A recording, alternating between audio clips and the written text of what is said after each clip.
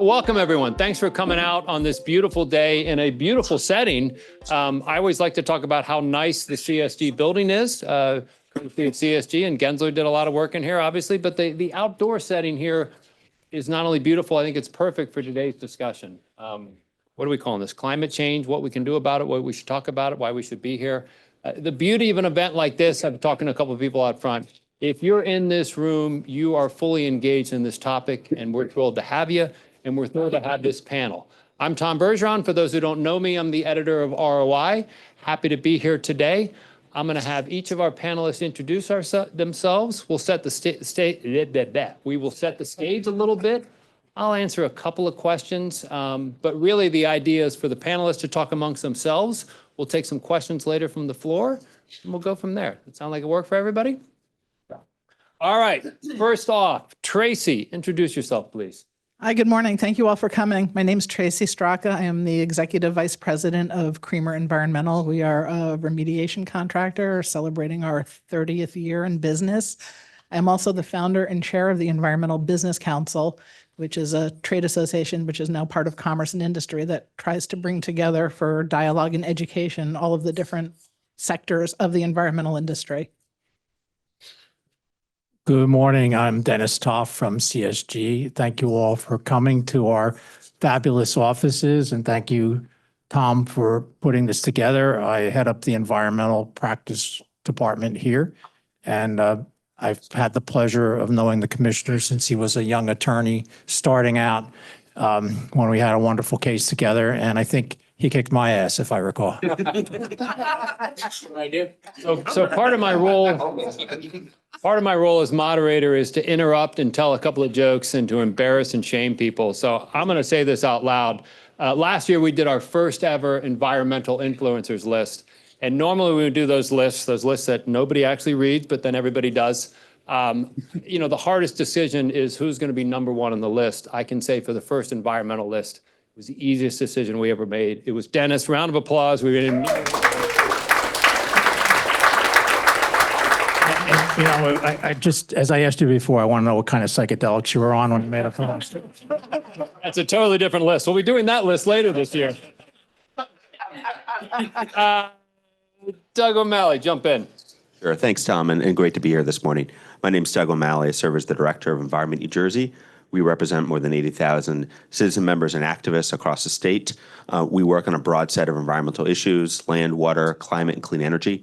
I've been doing this work for more than 20 years in Trenton. I also serve as a board member and the president of Charge EVC, which is an EV coalition, as well as a board member for the New Jersey Work Environment Council, and also proudly a board member for the New Jersey School of Conservation, along with Dennis.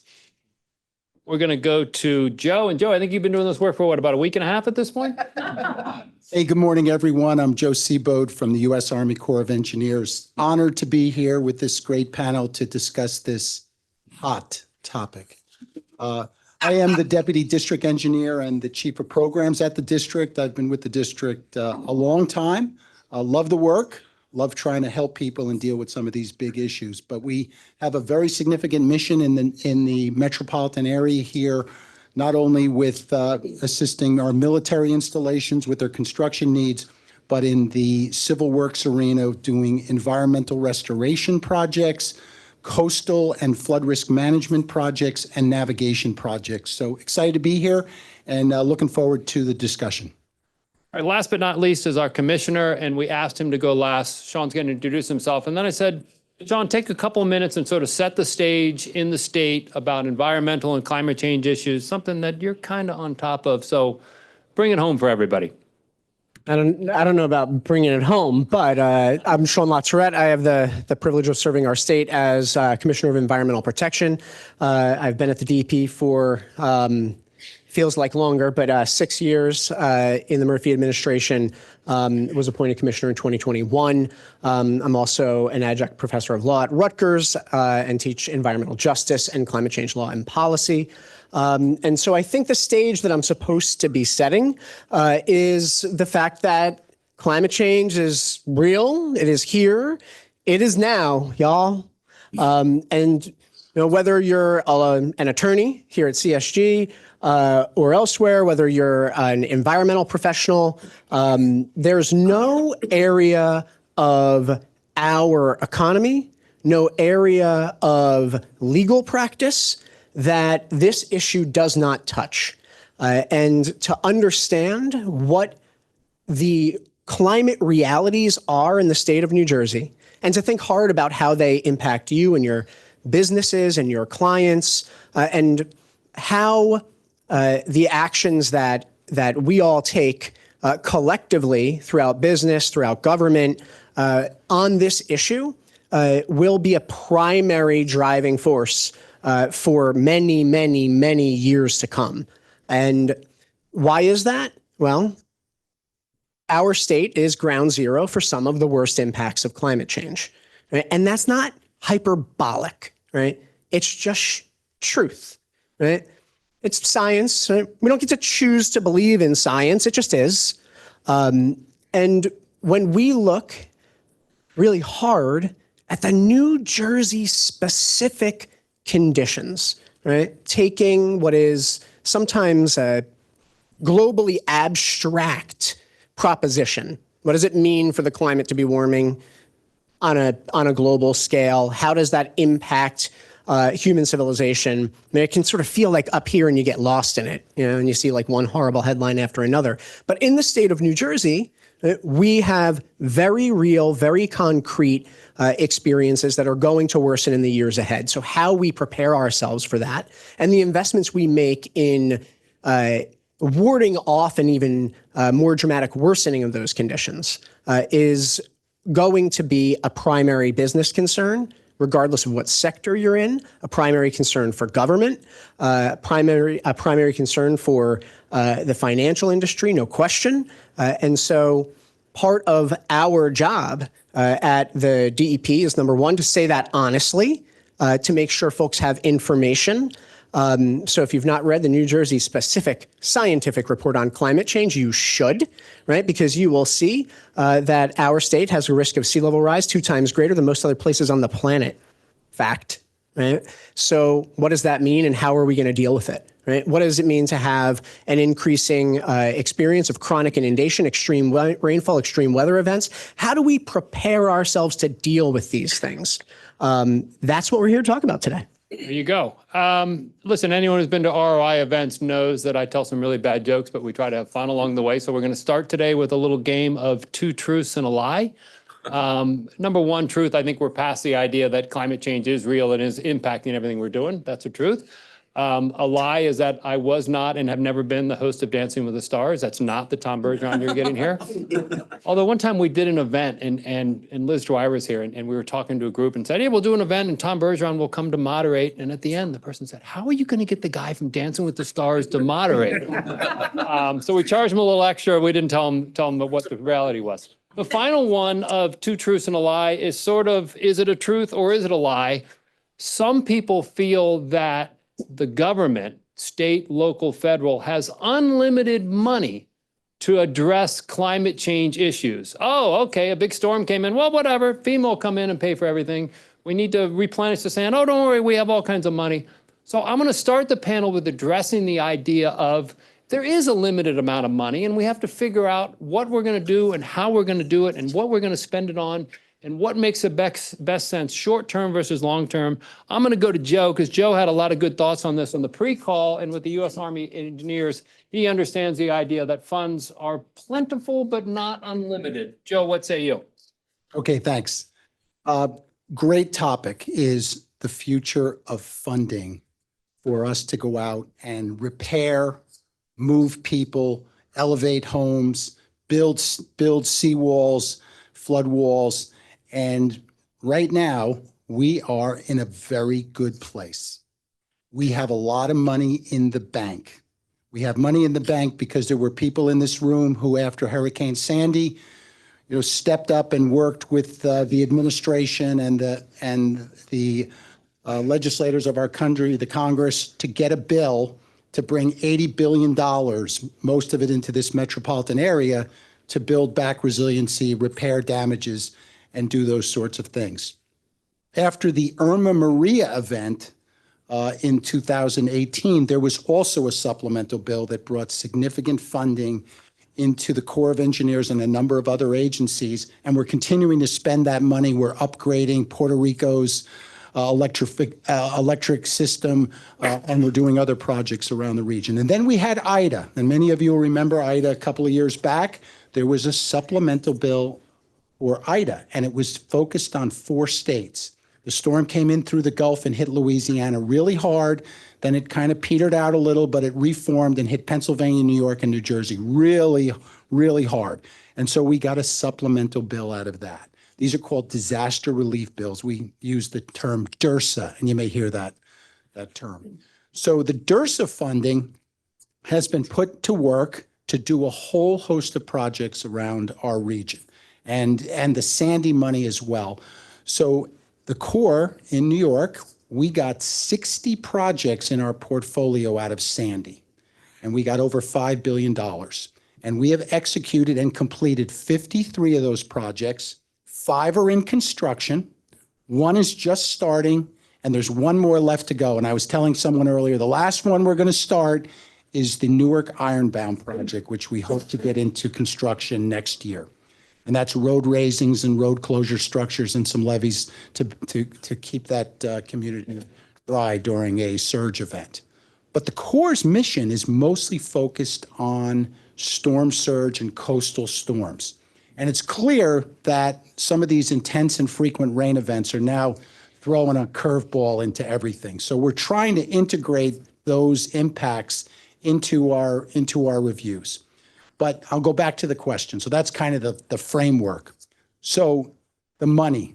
So we're spending it. We're spending it as quickly as we can. We're trying to put these projects in the ground so that the public and our nation gets the benefits. But I do believe that we are at a watershed moment. We are not going to continue to see, I believe, hundreds of millions of dollars year after year after year to repair beach projects where we're having significant erosion. I don't believe we're going to be able to see the kinds of money come into our coffers for projects where the questions remain, are we spending the money smartly? Are we going to raise a home on the beach and elevate it so it doesn't flood at federal expense, knowing that the next hurricane could knock it down again, or that the storm that comes in could provide enough surge that an emergency responder can't get to the house, even if it was safely above the water. And these are big issues. And by the way, folks, we've got a lot of expenses right now for our federal dollars. Federal dollars are going out around the world. We've got a lot of issues. And the notion that we will continue to see these types of robust funding measures for projects where people are questioning whether the effectiveness of the funds to protect somebody whose house is 1 block back from the beach is really in the public interest and in the nation's interest. All right, I'm going to cut you off. I'm going to stop right here. It's like a bobblehead convention up here. You guys are all nodding in agreement. Tracy, jump on. I just want to throw out a statistic because after we did our pre-call, I did a little bit more research.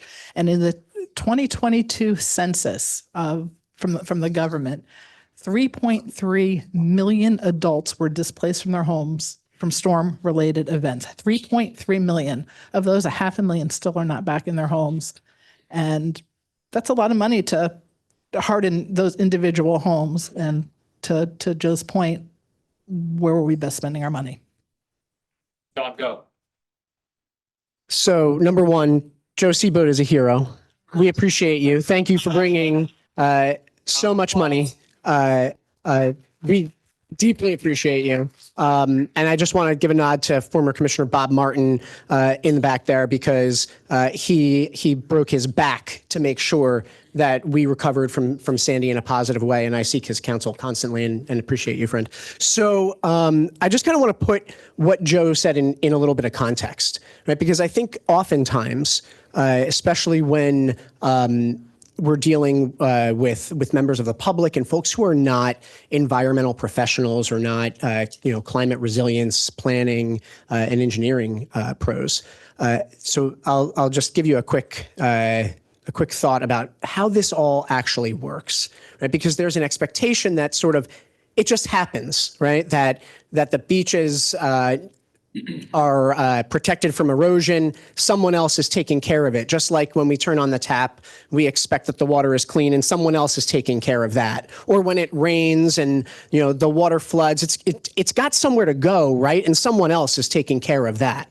Right? There's a lot of perspective kind of baked into the consciousness that someone else is taking care of the thing that is common to us all, right? And that's not true, right? There is no someone else who's magically taking care of all of these things. And what we're seeing as a function of our changing climate is that reality kind of being thrown in our face over and over and over again. And tomorrow, I'll give you a preview, we're going to be at an annual State of the Shore event where the folks from Stevens Institute will release the evaluation of New Jersey's coastline and its erosion conditions. And I'll give you the quick thumbnail without stealing Dr. Miller's thunder. It ain't good, y'all. It's not good. And that gets to Joe's point of how much more federal money will keep flowing. And the way it works is the feds don't pick up the whole tab, right? They pick up most of it and we say thank you, maybe 75%. Right? Then the state has to kick in the rest. And the local governments have to kick in a little share too because they've got to have skin in the game, right? And all these costs are going up and up and up, right? So what does that mean? It means that, number one, we can't count on it forever, right? The spigot will not always be open. And we see, right, in even Joe's words, although he won't ever say it this way, but I will, the federal government kind of tightening that spigot in a couple of places, very strategically, expecting states, expecting local governments to have more skin in the game. Right. And you see that down in Florida, for example, where FEMA pulling back a little bit, right? And how much they're funding, right?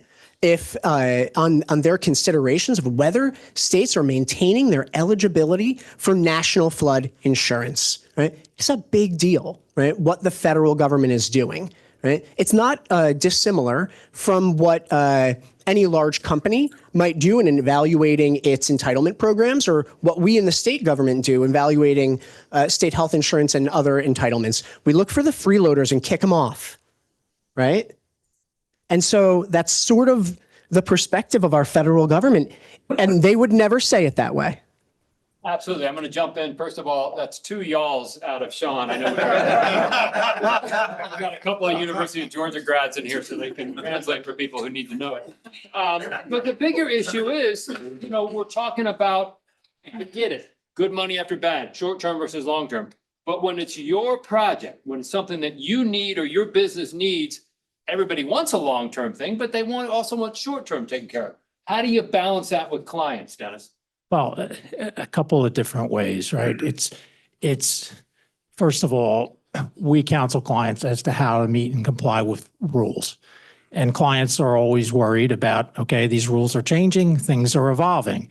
But beyond that, it's a question of what do you want to build your project for? How long do you want it to last? Do you want it to be sustainable? No one wants to build a building that's going to be underwater. And people need to understand, and we counsel them to understand, that the rules are designed to protect them. Now, sometimes it's things like, well, we need to look at the FEMA map, and is it the right map, and do we need to elevate it? And what does it mean when we elevate it in terms of how we construct it?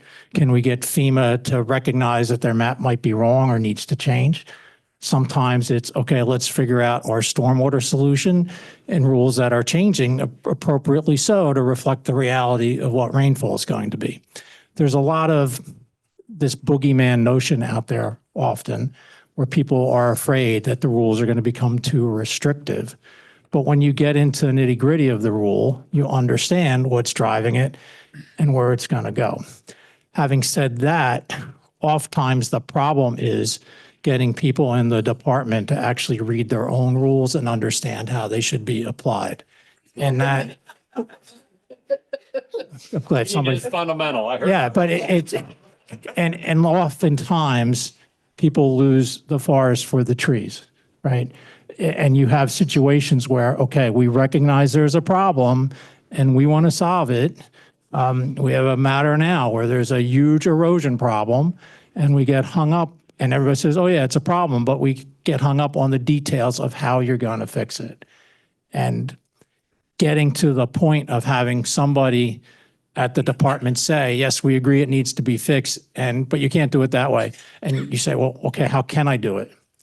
And that's when you get into a discussion. And it's the, yes, there's a problem, how can I do it question that oftentimes is what we need, where we need to get involved. And sometimes it's even getting people in the department to talk to each other. Getting the site remediation folks to talk to the land use folks. Yeah, you got to clean up the site, but you need a permit to do it. Well, can't you guys talk to each other? You're working not in the same building, but in the same department. So it's the details where things get lost. In addition to which, the other problem when you're talking about money, and this is one of my hangups, is people build these beautiful projects with these beautiful stormwater systems and nobody maintains them. Yeah. If you look what happened during Ida, the tragedy of Ida is there were systems in place that hadn't been maintained. And there are legal mechanisms to set up things to do that, which people have not taken advantage of. I know nobody wants to talk about the rain tax, but you know what? That has to be another conversation. We need stormwater utilities. For those of you scoring at home, apparently nobody reads and nobody talks. So thank God we have social media to communicate with each other. And there is the problem. Rules and regulations, Tracy, I'm going to let you jump in on this and then I'm going to go to Doug. Just as things evolve and the access to information, whether it's real and we have chat, GBT, things are fabricated, people are grabbing at sound bites, not taking the time to understand other than. They're not reading ROI. That's They're not reading ROI. That is correct. They are not reading ROI. So everybody should sign up if they haven't already. Good shameless plug for you. And people, here's a headline, this is real. This isn't real. Climate change doesn't really exist. There's, no science. Are you talking about fake news here? I'm talking about there's different interpretations of things, but nobody's taking the time to evaluate them. Some of it's fake news, some of it's partially factual, some of it's completely factual. And people live by sound bites. And it's very, very hard. You look at people, better, cheaper, faster. That's what they want. Climate change doesn't play into better, cheaper, faster. So to make that kind of investment in something that they may have seen a soundbite, this isn't real, you're going to meet a lot of frustration. We need to figure out how to communicate specific issues, specific solutions. You're going to flood because you're in this location. And it may not be now, it might be next week. And you need to do this because you're going to flood, not because there's some amorphous climate change that may or may not be real. And we're losing our messaging. We're going to keep it real. I'm going to go with Doug. Yeah, so I wanted to build off what Tracy was saying and go back to actually something that Tracy started off this conversation with. So we talk about Hurricane Sandy. At this point, we talk about numbers, right? And I think Joe did a really good job on laying out the numbers and the federal dollars that have come. But I want to go back to how you started off, Tracy. 3.3 million people have been displaced in 1 year, right? There are people that are still not back in their homes from Sandy, right? So there's a whole organization, the Jersey Organizing Project, that's focused on helping those communities that are impacted. So when we kind of talk about, is climate change real? Of course it's real. What are those impacts? Increasingly, we have stories in every county of communities that have been impacted. And of course, the challenge is, we as a human race are averse to change, and we live in a changing world that is increasingly accelerated. And just to use an example that the commissioner was referencing, we are about to hit Memorial Day weekend. People are excited to go down the shore. Perhaps no community is more excited than North Wildwood. And North Wildwood I thought we weren't supposed to talk about North Wildwood. you know what they say. I'm gonna ask Bob Martin to come up here and take this one. Come on up, Bob. We won't have any jokes about Wildwood Nights. But we can say that the concept of North Wildwood is essentially they've been replacing their sand on a daily basis from farther down in 5 Mile Island, right? That is a short-term solution. That is not a long-term solution, right? So when we're talking about not just our shore economy, but coastal and inland communities that quote, quote, have never experienced flooding, well, that has changed. That was what, Sandy was a wake-up call, but Ida was this reminder that it doesn't matter what the flood map said, right? And I think this also gets at the cost of, there's a lot of conversation on how much will it take for mitigation measures? What's the cost of dealing with climate change? I always like to think, what is the cost of inaction? And Nature just had an amazing study last month that looked at the cost over the next 30 years of climate inaction. It was $100 trillion. To put that in perspective, right? The world economy is 38 trillion. Our federal budget is 6 trillion. And then on a 6-to-1 ratio, the benefit of mitigation versus inaction, you're going to pay me now or you're going to pay me later. But if we don't act, you're going to pay a lot later. And I think that needs to be part of this conversation because this isn't just about New Jersey. It's also about the federal insurance market, and it's also about state insurance markets. And if you are in California or Florida, the insurance market is speaking. No one knows more about climate change than insurance companies, and they are voting with their feet, and you cannot get a policy as the same way you could in California and Florida anymore. And that reality is going to come to New Jersey. Tom, can I jump in just offer a little climate lingo? Because sometimes I always worry that, when we're in one audience and we're speaking one language and then we're in another audience, maybe they don't all speak the same language and we're all using a lot of sort of, I don't know, terms of art in the climate policy space, right? So how do you think about climate policy, right? If you're me, I think of it very simply, right? Our job in government is to help reduce and respond to climate change. Those are two channels of policy. Reducing our emissions of climate pollutants through clean energy policy, through carbon sequestration policy, and how do we respond? How do we build adaptation, right? How do we build resilience to the changing effects that or the worsening effects that we're not going to be able to change, right? And there's a reality here that because of all of the emissions we've pumped into the atmosphere since the dawn of the Industrial Revolution, right? Carbon dioxide and other climate pollutants, they're not like your typical air pollutants that have a shorter half-life. As a sort of crude analogy, they hang around for a lot longer. They damage you for a lot longer before they cycle out of the environment. A very rough way of explaining it, which means that because of what we've done and what we're still doing, it's gonna get worse for at least the next 30 years, right? No matter what. Turn off every natural gas plant tomorrow and we shouldn't and we can't, right? We could make every car electric tomorrow and we should, right? But still it gets worse for at least 30 years, right? So the question what we're asking ourselves is, with the policies we're enacting today, clean energy policy, carbon reduction policy, how much worse do we want it to get? And then on the other side, how much resilience do we want to build? And there's a balance, right? Because everything you don't do in this column, you then have to do in this column. It doesn't go away, right? And so that's our economic imperative, right? That's our investment in our policy imperative. How many eggs are we putting in this basket? They directly affect how many eggs we have to put in this one. So far, we've been talking mostly about the resilience piece.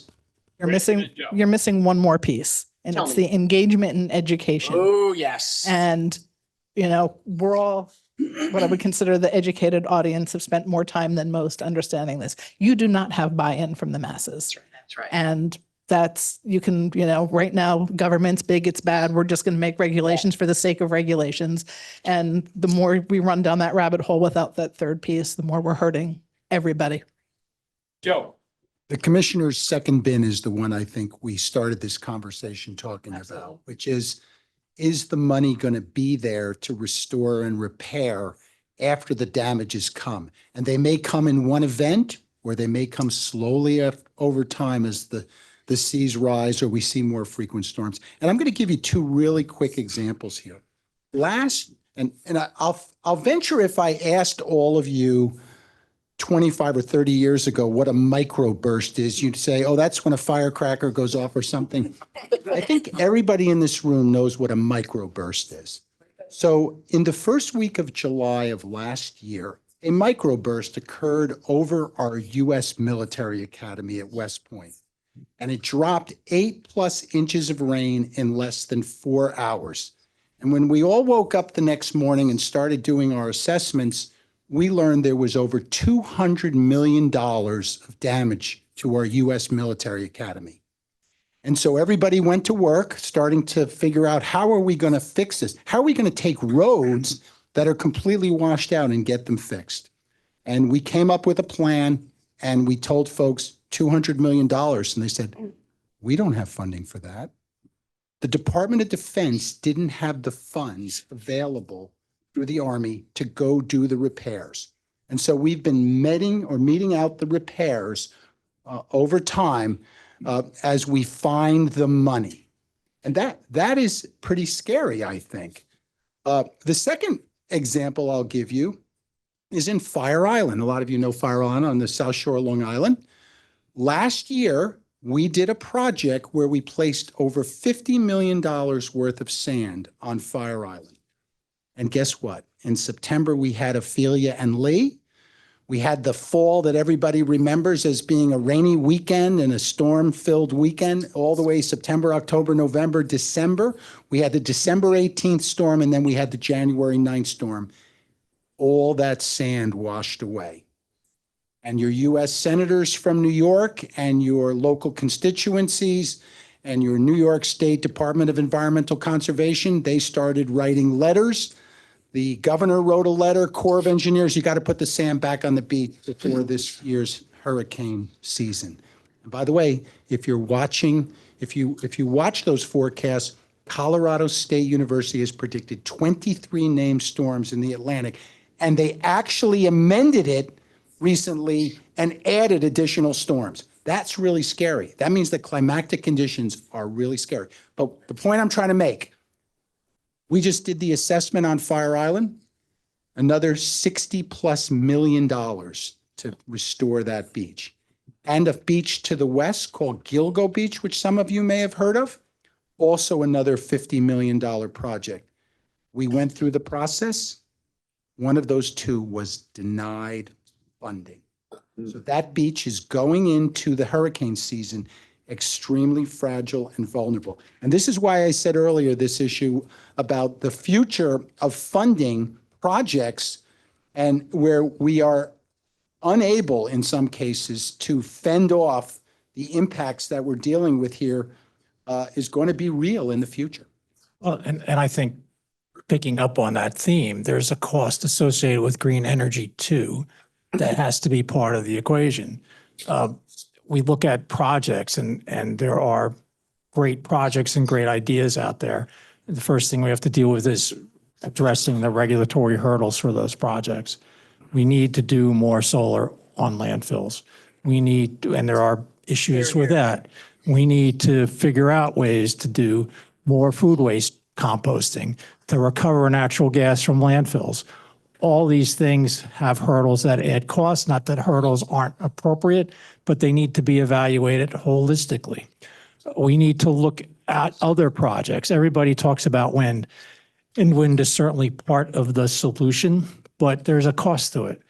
And we need, as ratepayers and taxpayers, to understand that if we want to maintain what we have and prevent it from getting worse, we have to be prepared to pay the rates that are necessary to pay for wind and solar. We haven't done enough with modular nuclear reactors. People talk about it, but you hear the word nuclear, everybody gets afraid. We need to look more at hydrogen, and there's a cost to it. One of the great things that happened in the Inflation Reduction Act were the tax credits that were made available for green energy. And we've had some clients take advantage of those, but not enough. And we need to have a clear understanding. And, I'll say three letters that everybody should cringe about that is involved in evaluating those tax credits, and that's IRS. And I'm glad the was gonna three say letters that you DEP. cringe about are not DEP. Yeah. IRS, has rules, and the IRS rules don't necessarily reflect the reality of where tax credit should be applied. And people are out there. Now, one of the beautiful things is you can now get insurance for tax credits. I didn't know that until recently, but those markets will adjust. But we need to keep thinking about how else can we incentivize things in a way to further these projects, to make the costs more manageable.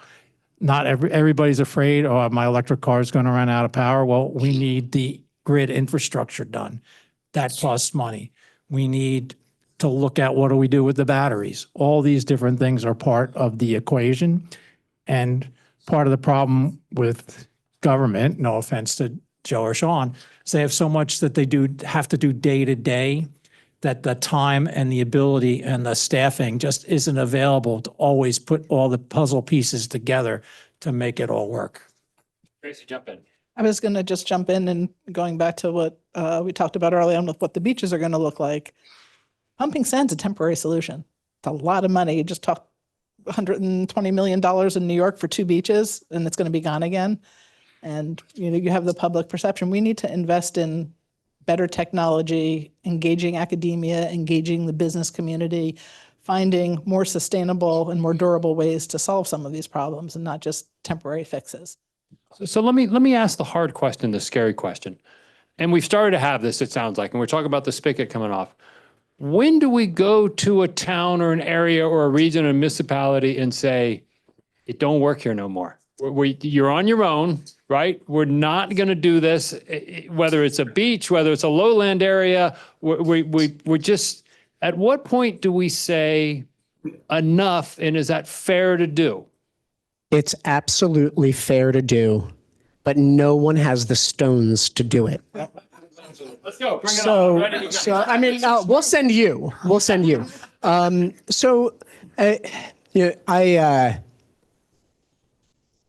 I believe that we can engineer our way out of most anything, right?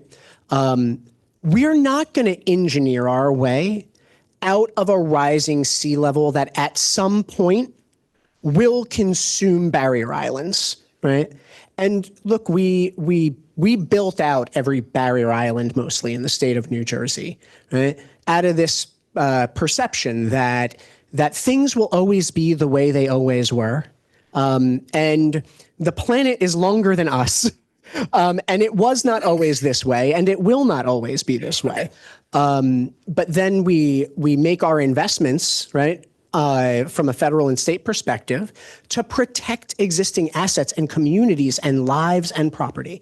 And so my view on it tends to be that for as long as those federal resources are available, the state government will come up with its share to match those projects, right? And that will continue to be our path until such time that the spigot gets tighter and tighter, right? Which is happening. And then we have to make even harder choices.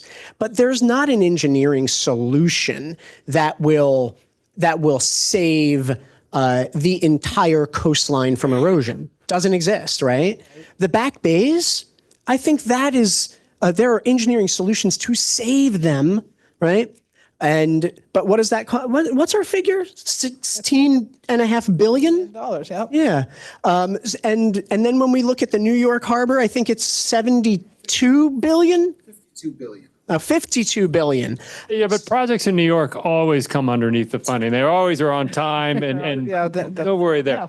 Listen, I want to turn the conversation here. We made the joke about North Wildwood. A lot of people saw the Ledger story that came out this weekend. You could grab your phone right now, and thankfully not a whole lot of you guys are on phones, so you guys are doing a great job. You could type in Greenland or Arctic sheet, and you could talk about melting and this and that. Every single day we are bombarded with climate change news, right? At what point, and I think we may have passed it, and we talked about the education piece, at what point are we at climate change fatigue And everybody who does not even educated has stopped listening. And how do we get people to listen? Tracy? You're already there. It's not at some point, we're already there. If you read most of the mainstream media, it's well under 50% that actually believe in climate change as climate change. And that's why I maintain we need to change the dialogue. In Florida, it's 100%. Yeah, though, in some places it is. In other places, and until it's real and it impacts you personally, everybody's tuned out. But Florida, they legislated it away, so it doesn't You know exist what? in Florida. No, but now they're paying attention again, and it's because of FEMA and flood insurance. And people who have homes there, it's double, triple, if you can even get insurance. People are starting to pay attention again, but because it impacted them personally. And that goes back to my comment talking about when you're bringing a business to New Jersey, you don't say you have to do this because of climate change. You need to explain to them you need to do this because you're in a flood zone and this and this and all of the specifics, because otherwise you're listening to people that may or may not believe. Well, You thankfully, can't be nobody- abstract, right? You need to get to a more granular, more concrete level that speaks to the experience of the community, of the business, of the people that you're trying to reach. Staying at this sort of abstract level, we need to do something about climate change. It's not helpful. Doug, jump in. So, Tom, we're not going to solve political polarization in our 90 minutes up here, right? But I will say. Tomorrow. Yeah, that's Back tomorrow. 9 o'clock. Come back, come back. We're going to handle the parties. We're all good.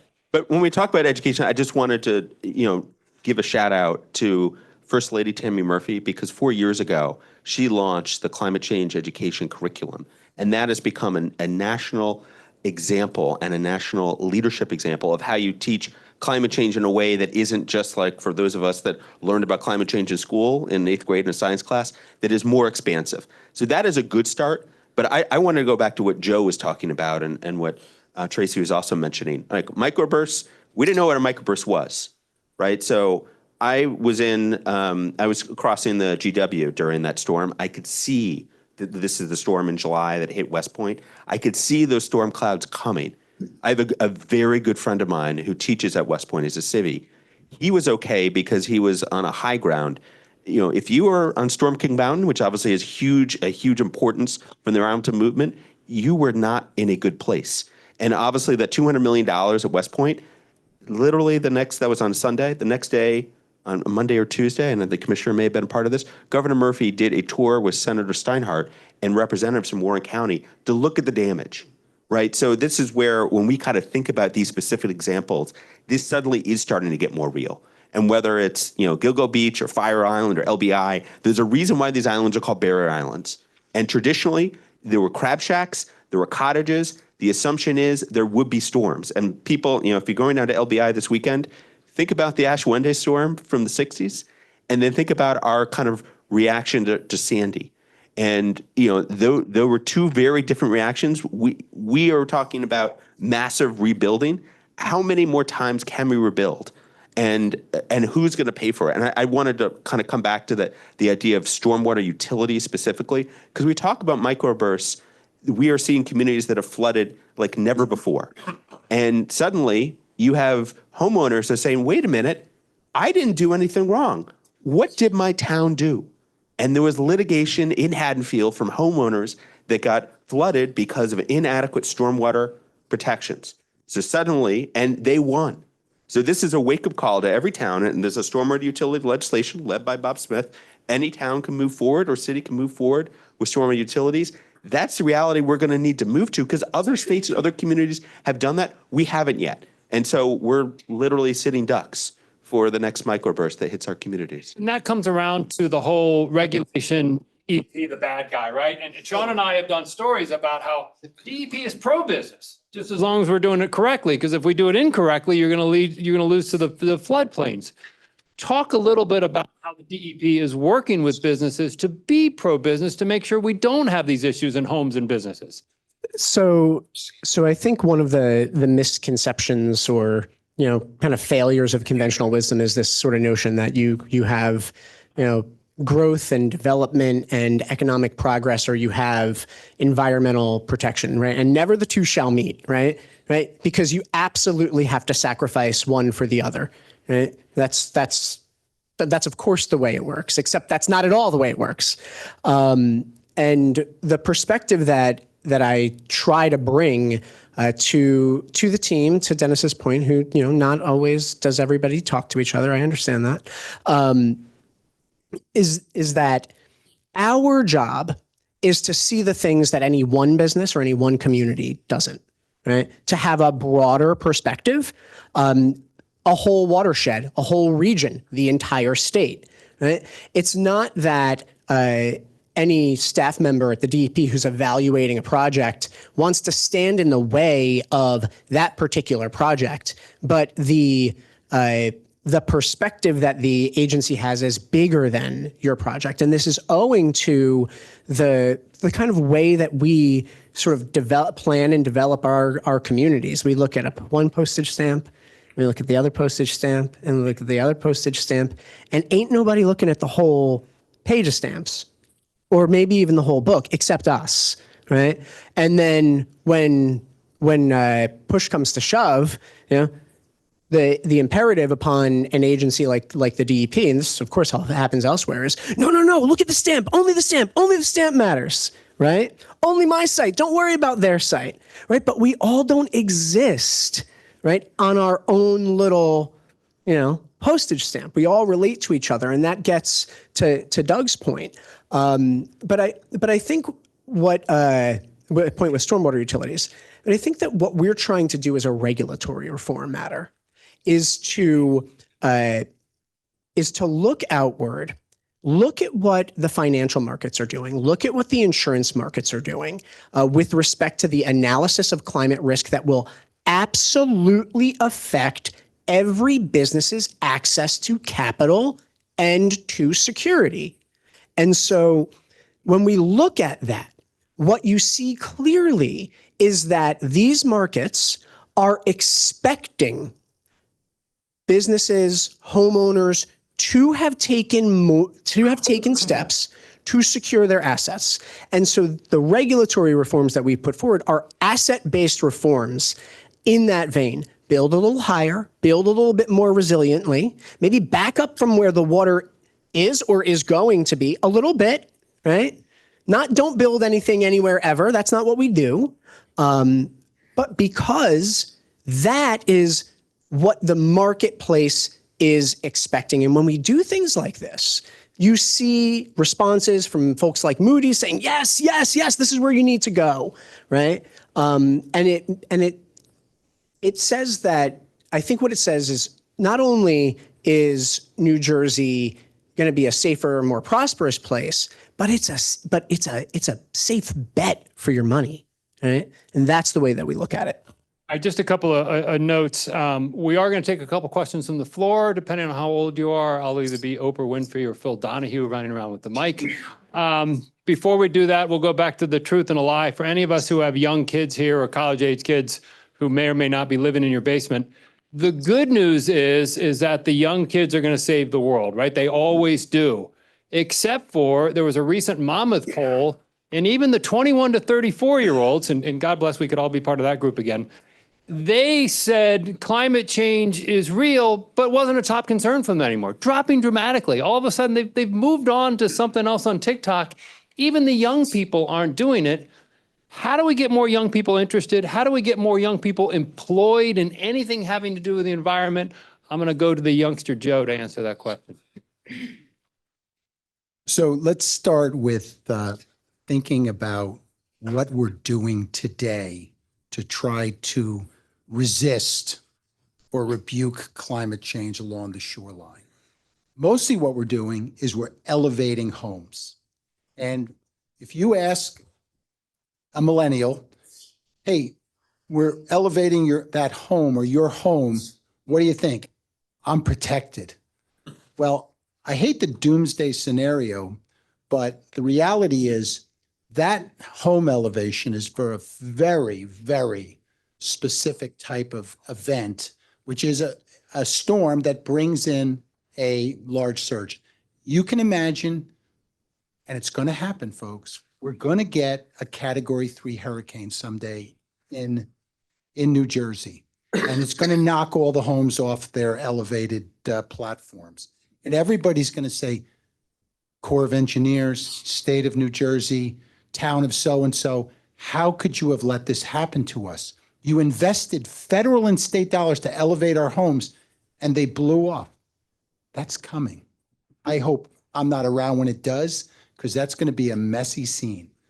But we need to educate, and we need to use some of the past history on storms that we've seen coming into the Gulf. Some of you might remember Hurricane Andrew or Hurricane Michael. When they sent the drones up after Hurricane Michael, it was a desert and just piles of debris. Every home was basically destroyed, except maybe one or two that were built out of concrete to last. And I always remember the picture of seeing that home, that one particular home where it was basically 3 foot of concrete surrounding the entire residence. But that unfortunately may be coming. We need to make sure that as these events happen around the country and around the world, that we are getting the word out to the next generation that this could be their future. And so that presents opportunity.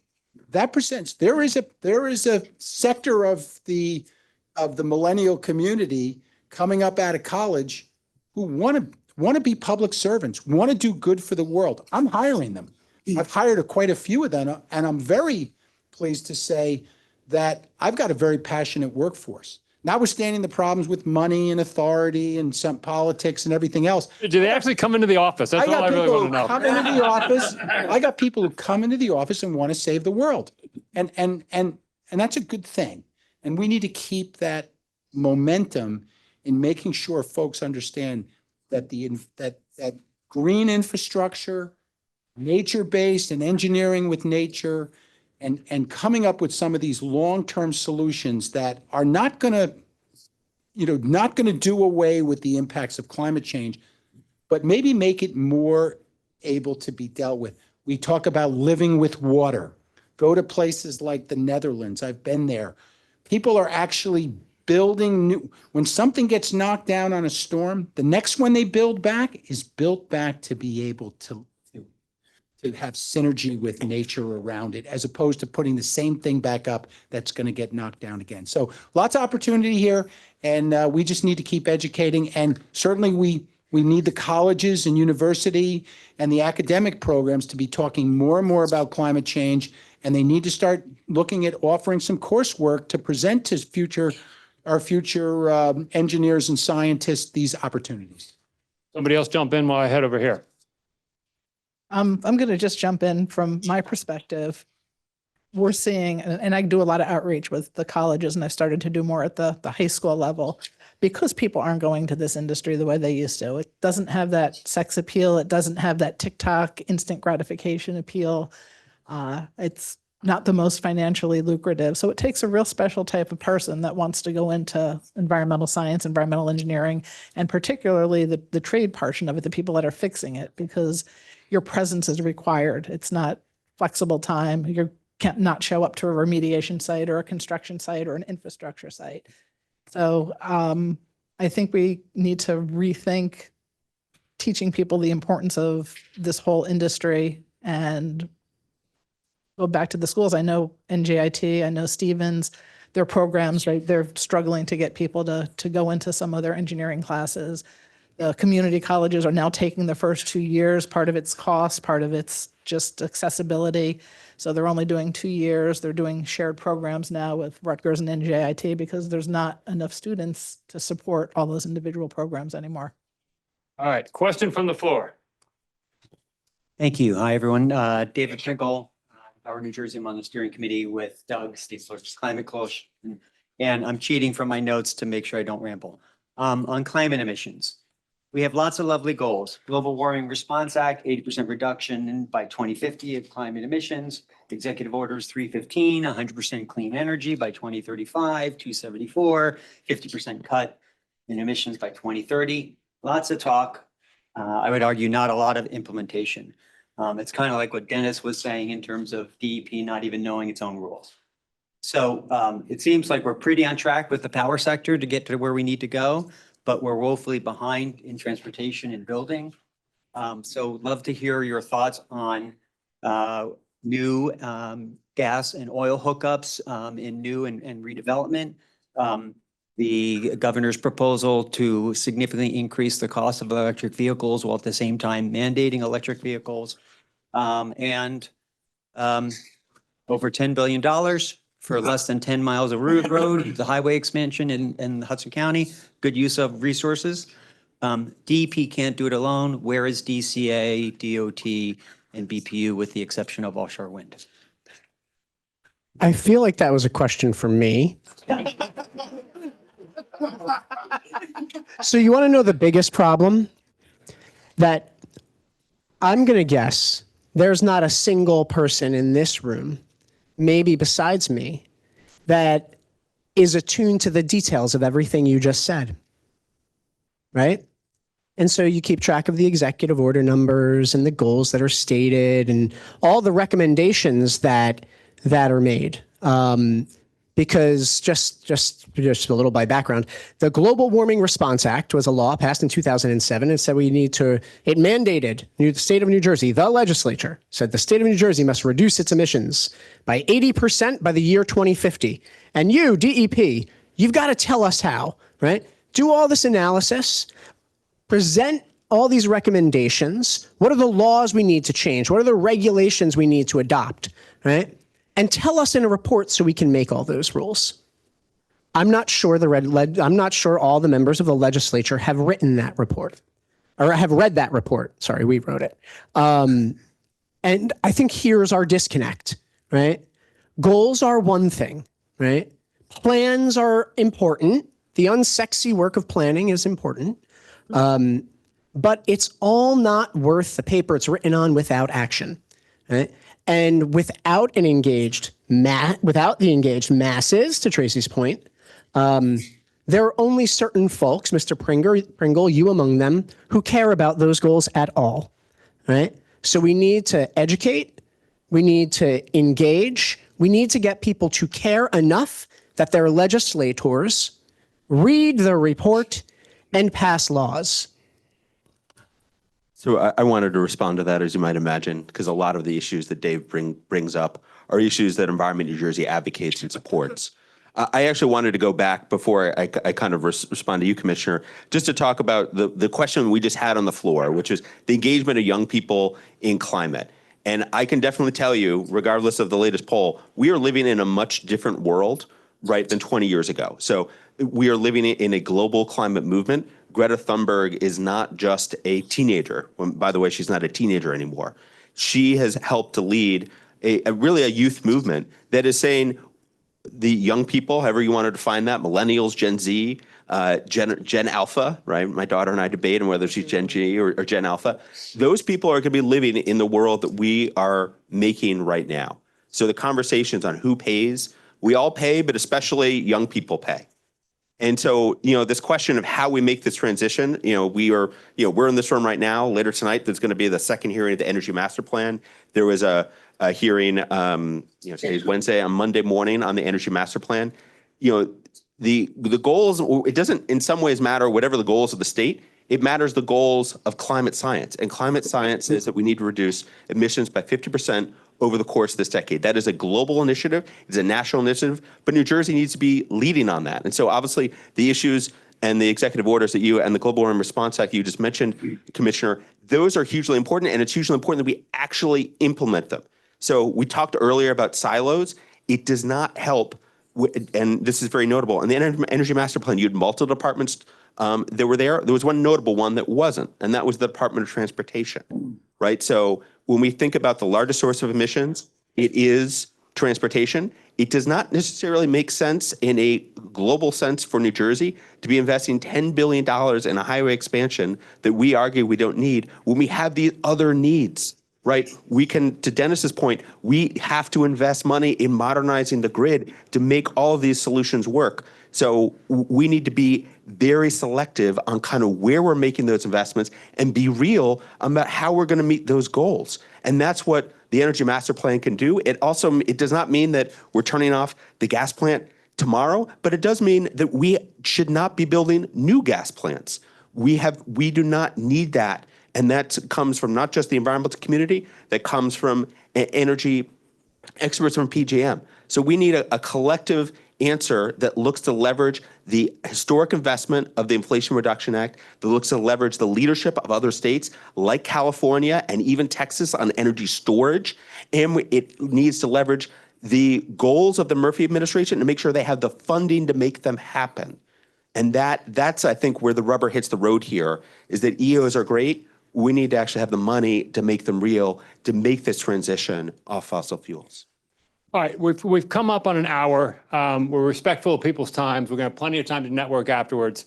Those of you who are familiar with ROI events, you know that we always like to close with a serious note and also a funny note. This is going to lead to networking. So the panelists up here don't know, but we always do a lightning round to close. I'm going to ask the panelists the same questions I asked Governor Murphy, who had no idea the question was coming, and he gave great answers. So I'm going to go down the line, lightning round, answer one of the two questions. First concert you ever went to as a kid, or favorite TV show as a kid? First concert I ever went to was the Rolling Stones at the Capitol Theater in Passaic. Wow. Seals and Crofts at Great Adventure. First concert or what? Or favorite TV show? Oh, He-Man. That was a good one. G.I. Joe on mine, but Rush, the Hartford Simpson. Wow, there you go. Southside Johnny and the Asbury Jukes at Seton Hall University in the. There you go. All right, all that being said, big round of applause for our panel.